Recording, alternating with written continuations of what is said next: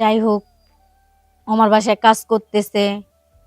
ওর সাথে আবার আস্তে ধীরে ধীরে ভালোবাসার সম্পর্ক গড়ে তুললাম। ও আমার কাছে আসে যায়, আমি ওকে খুব ভালোবাসি। ওকে পেয়ে আমি খুব খুশি। হয়তো বা স্বামী হিসাবে পাই নাই, আমার বাড়ির কাজের ছেলে হিসাবেই পাইছি। তো ওকে পেয়ে আমি খুব খুশি। ও আমার কাছে আসে, আমার ভালোবাসা, আর আমি ওকে পেয়ে খুব খুশি। এই 15 বছর আমার জীবনে কোনো সুখ ছিল না। সুখ কি জিনিস আমি বুঝতাম না। স্বামী হিসেবে যাকে পাইছি তাকেও কোনো দিনেও সুখের ভাগ দিতাম না। সেভাবে ওনার সাথে আমার সুখ হতো না, কারণ আমি ভালোবাসি একজনকে, আর আরেকজনকে বিয়ে করতে হয়েছে, আরেকজনের সাথে সংসার করতে হয়, সেই জিনিসটা আমার কাছে ভালো লাগতো না। কিন্তু ওকে পেয়ে এখন আমি খুব খুশি, খুব ভালো আছি। ওকে আমি খুব ভালোবাসি, আর আশা করি সারা জীবন ওরা আমার ভালোবাসা এমন থাকবে। ওকে নিয়ে খুব সুখে আছি। ওর সাথে আমার শারীরিক সম্পর্ক যাচ্ছে, ভালোবাসা নতুন করে জাগছে। ও আমাকে খুব আদর করে, আমি ওকে খুব করি। যখন আমার স্বামী বাসায় না থাকে তখন আমি ওর সাথে ভালো কাজ, মানে ভালো সময় কাটাই। আমার স্বামী থাকলে তো ওর সাথে কথা বলা যায় না, ওর সাথে থাকা যায় না। আমার স্বামী তখন সন্দেহ করতে পারে যে কাজের ছেলের সাথে তোমার এত কিসের ইয়া। আমিও ভালো আছি, কিন্তু আমার জীবন আমার জীবনে ছোট্ট একটা গল্প আছে, গল্পটা আপনাদের সাথে শেয়ার করব। আমি যখন কলেজে পড়ি তখন একটা ছেলের সাথে আমার সম্পর্ক হয়।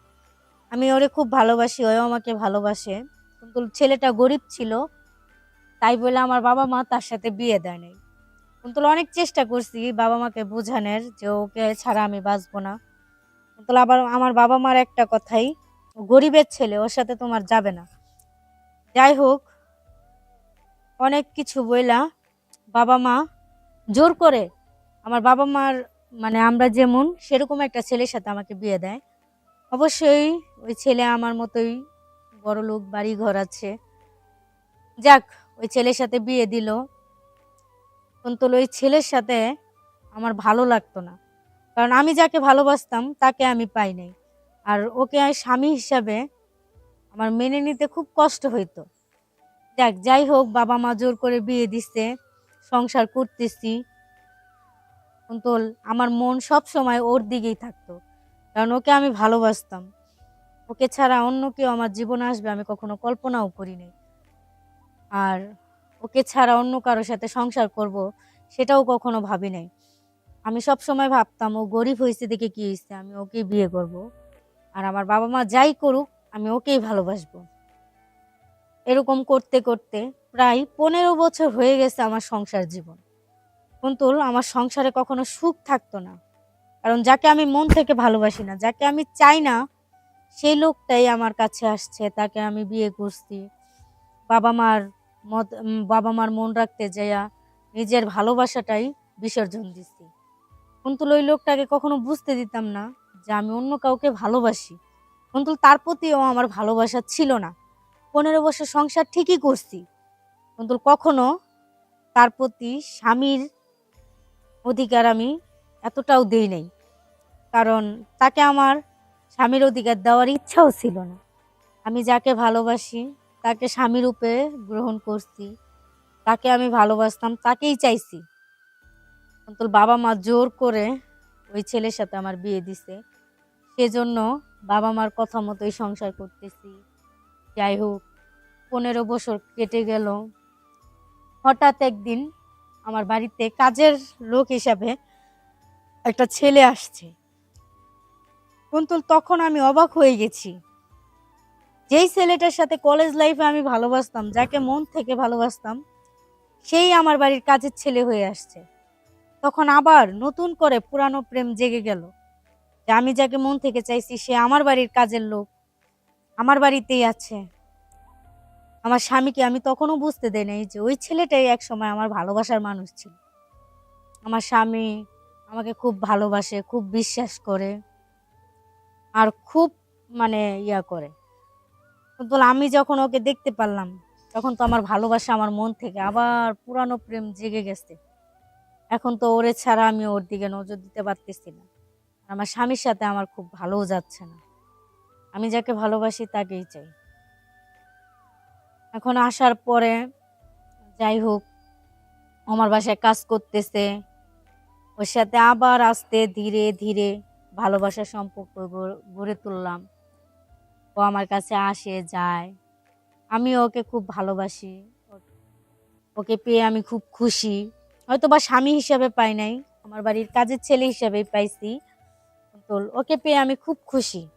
ও আমার কাছে আসে, আমার ভালোবাসা, আর আমি ওকে পেয়ে খুব খুশি। এই 15 বছর আমার জীবনে কোনো সুখ ছিল না। সুখ কি জিনিস আমি বুঝতাম না।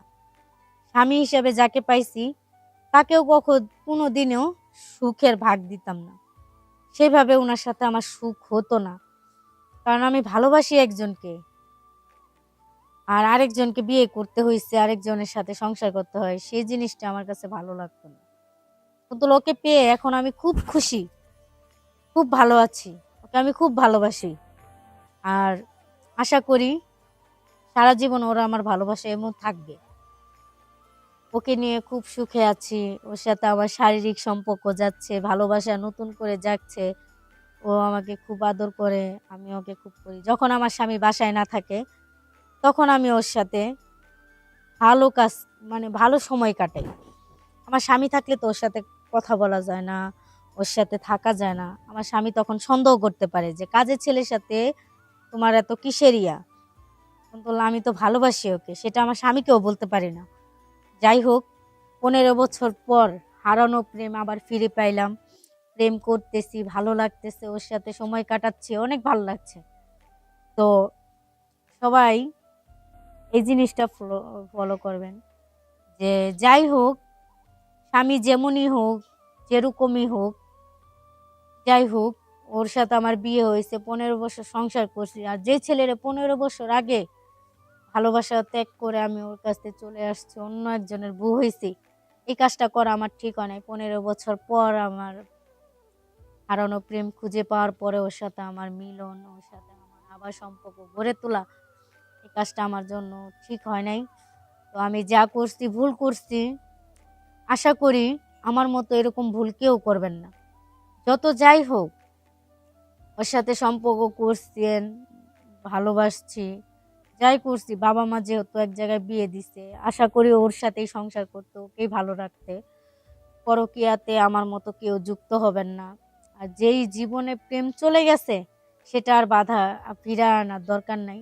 15 বছর স্বামীর সাথে সংসার করেও যেহেতু ওর সাথে আমি ভালোবাসা দেই নাই, ভালোবাসা নেই নাই, পুরানো প্রেম পেয়ে ভালোবাসা শুরু করছি, এটা আমার জন্য ঠিক হয় নাই। তো সবাই আমার এই ভুলের জন্য ক্ষমা করবেন।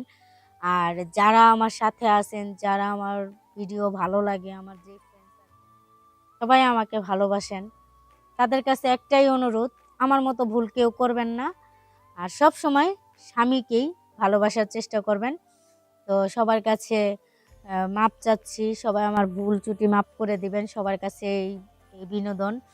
আর সবাইকে বলি সবাই ভালো থাকবেন, আর আমার জন্য দোয়া করবেন। আসসালামু আলাইকুম।